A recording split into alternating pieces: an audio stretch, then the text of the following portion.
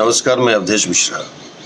कल बिहार के अंदर जो एक अमानवीय घटना घटी वहाँ के शासन और प्रशासन के द्वारा, उसके प्रति मैं खेद व्यक्त करता हूँ।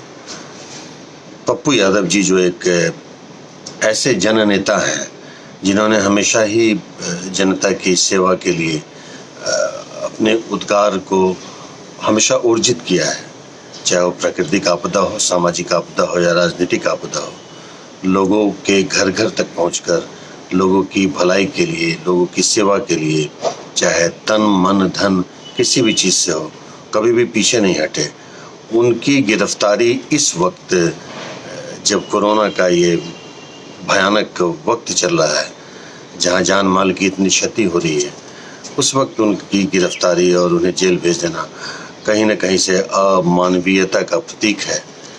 तो नहीं होना चाहिए ऐसा। मुझे बहुत खेद है इसका।